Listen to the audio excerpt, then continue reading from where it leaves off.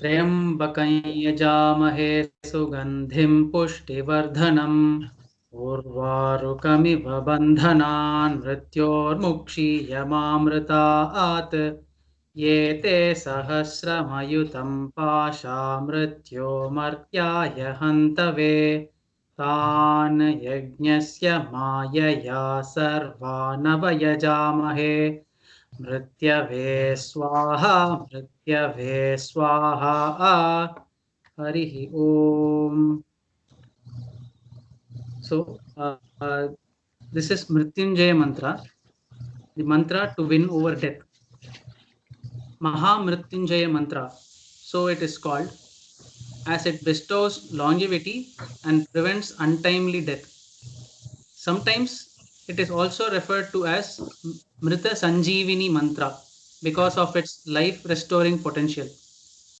The mantra is prescribed for healing, rejuvenation, and most importantly, liberation. The translation of the mantra goes like this: May we worship the three-eyed Lord who is fragrant and who nourishes the devotees worshipping him. Just like a ripe cucumber that slips from its binding stalk, may we slip away from the death and never separated from immortality. Rudra, or Lord Shiva, the one with three eyes, is implied as the Lord of Death here. He is referred to as the fragrant one.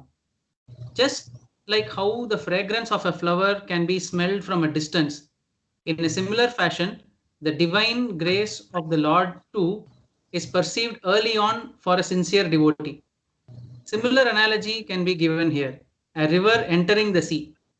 It can be noticed that even before the river enters the sea, the water gets a little salty.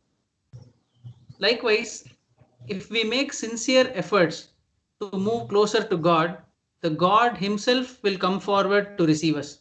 That is, one needs to do only half the work. The rest is taken care by the Lord Himself. A comparison is made to ripe cucumber. Unlike most other fruits hanging onto a tree or a plant, cucumber grows as a creeper, spread around on the ground.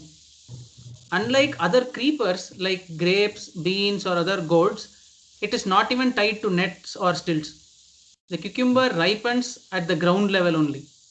So, contrary to other fruits, which when ripened fall down due to gravity of the earth, separating themselves from the tree or plant, cucumber does not fall off. The beauty of the cucumber plant is when the fruit is ripe, the stem loosens itself and detaches the fruit without any effort from the fruit itself. The fruit stays as it is. Like the cucumber remains at the same spot on the ground, free from any bondage, so will be this enlightened one who do not go to any heavenly planets but are seen living among us. They are the Jivan Muktas. It doesn't end here. All other fruits that fall off the mother plant keep lying there till someone picks them up or eaten by animals or it gets decayed there. But this ripe cucumber, unlike other overripe fruits, explodes and disappears without a trace, without giving a chance to rotting or bad smell. In a similar fashion, when one is fully ripe, when the ego in that person just goes without a trace, jnana occurs in an instant. The transition is not gradual but sudden.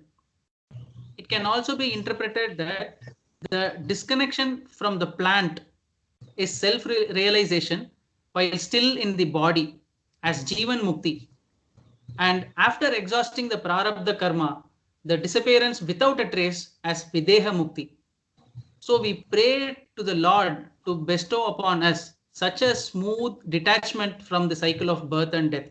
Only through His grace we can get out of this vicious cycle. Out of all the fears that exist, death is the most feared one. It happens to everyone. It can happen anytime and by any means.